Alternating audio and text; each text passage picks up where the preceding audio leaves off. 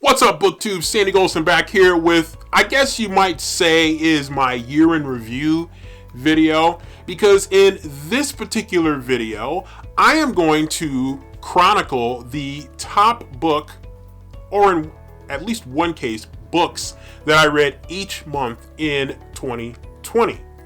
And I will say that some of the books that I read, particularly in January, February, and March, it feels like that was so long ago that I almost forgot that I read some of these books this year. It feels like I read them like maybe 2 or 3 years ago, when in fact it was only like 10, 11, 12 months ago. So with that, I'm going to jump into it with my favorite book from the month of January. So my favorite book for the month of January features an author that I discovered this year and really just started to get into quite a bit because I went on a big run reading this author's other books, and that is Riley Sager. And I started in order, which begins with Final Girls.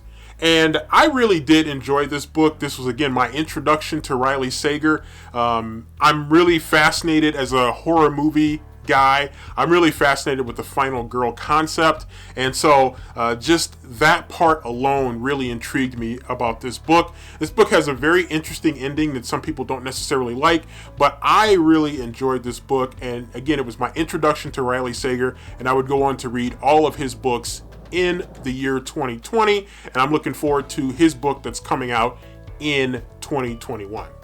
My top February book is same author, different book. Riley Sager, The Last Time I Lied. This personally happens to be my favorite Riley Sager book, and I really like it. It's funny because I watched a review recently of somebody who did not like this particular book, but I like it. The ending is maybe a little bit bizarre for some people, and a little bit difficult to wrap your head around. But I really enjoyed this book, and this was one of the few books I read this year where when I was done with it, I almost had like reader's remorse. Like, I just did not want it to be done, and I've actually thought multiple times about rereading this book. It's set at a summer camp, which is a great setting for me. I like that. Many a horror movie has been set at a summer camp, so I really enjoyed that aspect of it as well. There's a great mystery that's in this book as well, and a pretty interesting ending, of course, as I mentioned before, that will kind of have your head spinning a little bit. But I really enjoyed The Last Time I Lied by Riley Sager. Now, my top book for the month of March is My Dark Vanessa by Kate Elizabeth Russell. This is a brilliantly written book, a powerful, very triggering topic about inappropriate relationships between a teacher and students. And so there is definitely some trigger warnings in this book, but once you start reading this book, it is almost impossible to put down. I just ran through this book so fast, really enjoyed it. Again, the writing was absolutely superb. Just a tremendous storytelling in this book, very powerful storytelling. You can really feel the emotion coming through in this book. So you can tell this is definitely one of my favorite books in 2020. And for the month of April, we have a tie. 2 books that I really, really, really enjoyed in the month of April are The Sundown Motel by Simone St. James and Lock Every Door by Riley Sager. And with The Sundown Motel, the reason that I really liked this book is that it did have a creepy factor to it, kind of a supernatural factor that a lot of people did play up as far as this book and why it was so intriguing. And it does have a creepy vibe to it, and if you're reading it at night in the dark by yourself in a house or elsewhere, you might get a little bit creeped out by this book, but it's really a fun read. So glad that I picked this book up. It does have dual timelines that are very interesting, one in modern times and then one back in I think it was 1982. So this was a really fun read that I thoroughly enjoyed. And then Lock Every Door, of course, Riley Sager. I feel like I strike gold every time with Riley Sager. This was an interesting one that I was maybe a little bit not quite as excited to pick it up after reading Final Girls and the last time I lied, but I kept looking at it and it kept calling me, and eventually I answered the call, and I'm glad I did. This was a really good book. It really grabbed me early. It hooked me, held me on to the end. Riley Sager usually throws some twists at the end that kind of shake you up a little bit and kind of get your head spinning on a swivel, but still very good. I did enjoy Lock Every Door. So there you have it, my 2 picks for the month of April. It was really hard deciding. It was kind of like picking between your 2 kids, and I had a really hard time doing that. So I decided to go with both The Sundown Motel by Simone St. James and Lock Every Door by Riley Sager. Okay, I've got the month of May, and I've got We Are the Wildcats by Siobhan Vivian. This is a book that I pre-ordered, I think in October of 2019, and I looked forward to reading it, and I was so excited about it that I pre-ordered it in October, and then I rediscovered it again in like January, and I was like, oh, I think I'm going to order this, and then I had 2 pre-orders of it, so I obviously got rid of one and kept the other. So We Are the Wildcats. This is it follows a field hockey team. I think it's over a 24-hour period, and there's a lot of things going on, a lot of drama within the team, with the coach and the players, and it just is really fascinating. The storytelling is very good. The pace could have been a little bit quicker for me, but I think like maybe you could have shaved like 50 or 60 pages off of it, and the pace would have been a little bit quicker. But I did really enjoy this book. I was so excited to read this. I thought it was going to be fascinating with the characters and the way that the book was set up, and it really delivered. I was very glad that I picked up this book, and I look forward to anything else by this author because again, I liked it. The technology, the way that they were communicating with each other, it was just all really cool stuff, and the fact that it happens in a 24-hour period, that really added to it as well. Very attractive cover art. I really like this. Definitely some storytelling in the cover art. But We Are the Wildcats by Siobhan Vivian, definitely one of my favorite books of 2020. Next up in the month of June is White Fragility by Robin DiAngelo. This is a book that I had seen pop up on Amazon quite a few times, and I thought about getting it each time it popped up, and yet I didn't quite pull the trigger on it. And then one day I was kind of just searching around YouTube, and I happened to find a lecture by Robin DiAngelo, and she was talking about this book.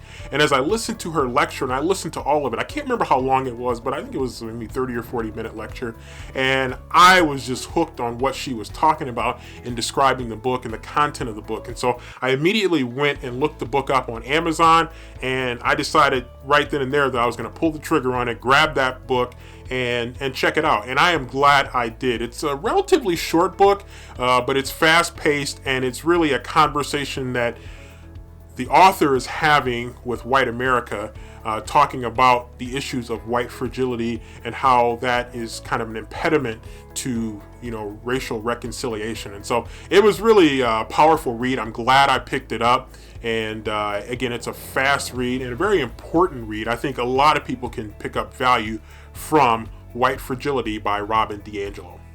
Ha ha ha.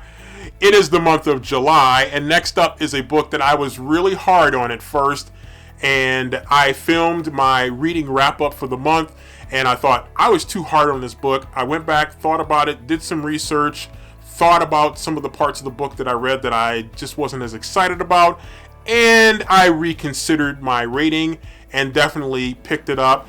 And the book that I'm talking about is Such a Fun Age by Kylie Reed, and I definitely had a greater appreciation of this book after thinking about it a little bit more and reconsidering what had been a relatively low rating and upgrading it to a much more appropriate rating. This book definitely tackles an interesting racial issue.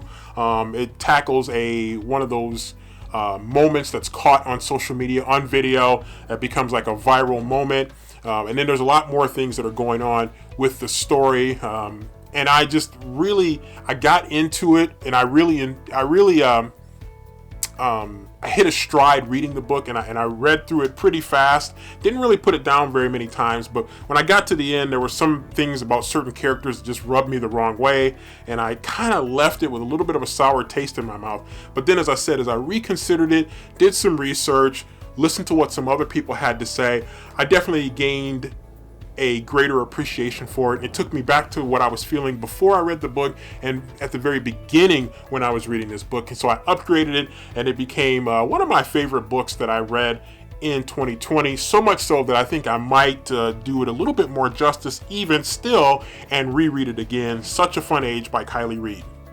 It's the month of August, and in August I got a pleasant surprise in that I was choosing from Book of the Month, and some of the titles weren't particularly exciting for this month, but I decided to take a chance on a particular book, and I was happy that I did. And the book that I took a chance on is The Night Swim by Megan Golden. And this book, again, there's some trigger warnings in this book as well. It deals with sexual assault and the privilege of being an athlete and a favorite son in town. And so there's a lot of dynamics in there that can definitely be triggering for some people. So definitely be warned about that. But this book was really, really a fun and fast read. It follows the incident, the trial, and the history behind it, and it all kind of converges together at the end. So there is that denouement at the end where it becomes satisfying, and they really put the pieces of the puzzle together. And so I really enjoyed it. It does kind of go back and forth, talking about an incident that happened in the past that's tied to the present, and I just really enjoyed it. The podcaster that's broadcasting and covering the trial is very interesting as well. I'm not a big courtroom book reader. I don't really like a lot of courtroom stories. Don't ask me why. It's a long story that maybe I should do a video on at some point. But I was pleasantly surprised by this book, and definitely glad I picked up The Night Swim by Megan Golden. My top book for the month of September was a controversial book, American Dirt by Janine Cummins. And this is a book that a lot of people were really discouraging others from reading. They were making their own judgments and really trying to force their opinions on other people. And I understood where some of the people were coming from that criticized this particular book, because it does have to deal with the immigrant experience from Mexico. And there was some issues about who's qualified based on their background to be able to write such a book. But I thought Janine Cummins, did a fabulous job writing this story. It was an engrossing story. I could not put it down once I started reading it. I bought the ebook. I might actually get a physical copy of the book at some point. If I can find one for a good buy, I'll definitely consider picking it up. I was going to grab it on Book of the Month, but it ended up being sold out. And because it was controversial, to some people it became a little bit toxic, and maybe some people were a little bit nervous about carrying the book. But I really enjoyed it. I was glad that I took a chance to read that and gave myself an opportunity to make my own judgment for whether or not this was an appropriate book to read. It was really good. Reading the book, you really feel like you were there.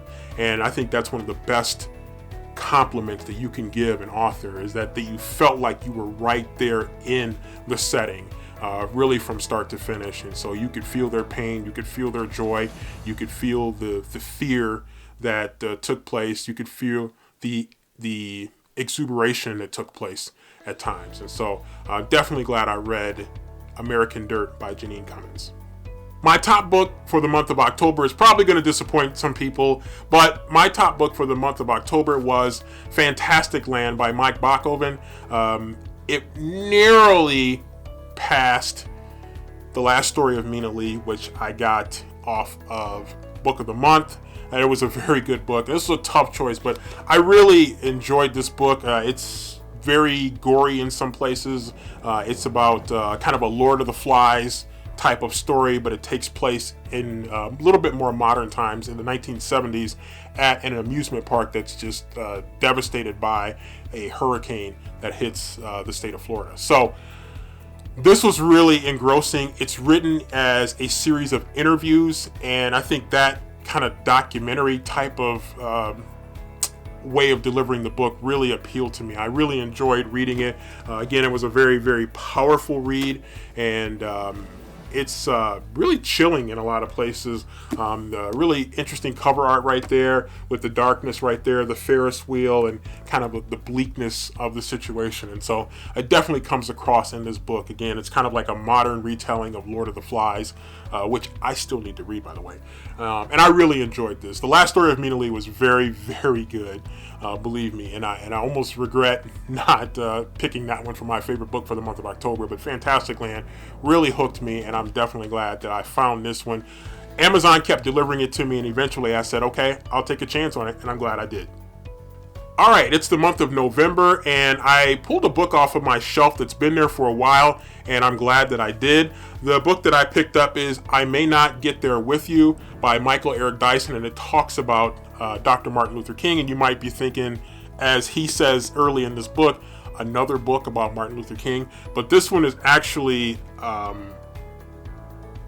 really good in that it gives you it kind of tells the story of Martin Luther King, but through a more modern lens, and kind of contrasts what he did during his time with maybe things that are going on in the current times. And there is some different type of information in here that's really good, and it's broken into a series of chapters. There were some sections of the book that I focused on a little bit more than others, but Michael Eric Dyson, fellow Detroiter, don't forget, he did a really good job of telling this story. I have another book by him about Martin Luther King. It's April 4th, 1968, which is the day that Martin Luther King was assassinated, and so I definitely look forward to reading that one as well. But this one was really good, a really powerful read, and if you're not wanting to digest the whole thing, there are maybe certain sections of the book that might be something that you want to just check out. You might want to go and just check out these key sections that are maybe more appealing to you, and maybe skim some of the other things, especially if you have a little bit more of the history of Martin Luther King. But this was a really good one. I May Not Get There With You, which is a famous line that he made in his last speech before he was assassinated. So definitely a good read. And lastly, for the month of December, I actually have a tie, and one is The Heritage by Howard Bryant, and it talks about black athletes in a divided America, and it also talks about issues related to patriotism with black athletes. And so this is a really good book in the sense that it goes back and it gives you the historical context of athletes as activists and issues of patriotism and some of the contradictions for people who talk about patriotism and whether politics should be in sports or should not be in sports.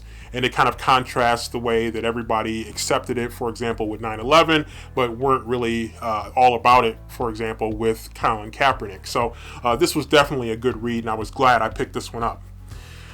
The second book that I chose in a tie is Black Fatigue by Mary Frances Winters, and it talks about the fatigue that many black Americans feel related to racism, and how the subtitle says, how racism erodes the mind, body, and spirit. One of the things I really liked about this book is that not only does it talk about some of the issues, but it also offers practical solutions that can be beneficial in overcoming and destroying the racial divide and beginning that reconciliation. So I was really appreciative of that aspect of this particular book. So these were my two books for the month of December. All right, so there you have it. Those are my books, my top books for each month in the year 2020. This is probably my year in review, if you want to call it that. It was really a great year of reading. I read more than 70 books. I had a Goodreads goal, 50 books coming in, and obviously more than eclipsed that goal. So I'm very excited about what I was able to do reading. And even while I was able to pick it up from a reading standpoint, I was also able to continue to write effectively. And so I was able to balance the two. And that's something that I definitely feel very good about. I don't know what my Goodreads goal will be for 2021. That's something that's still yet to be determined, even though 2021 is knocking on the door here pretty quick. So I hope you all are setting your Goodreads goals, or if you don't use Goodreads and use something else, setting your reading goals for the year 2021. No time like the present to get started on those goals. And as always, if you would, please consider hitting the like button for this video. And if you're not a subscriber, please consider hitting the subscribe button for this channel to be first in line for more BookTube and AuthorTube content. Also, be on the lookout for some of my other year-end videos where I talk about some of my top books, and I go into a little bit more detail and give awards for my top books and my not so top books for the year 2020. All that and more right here on the channel.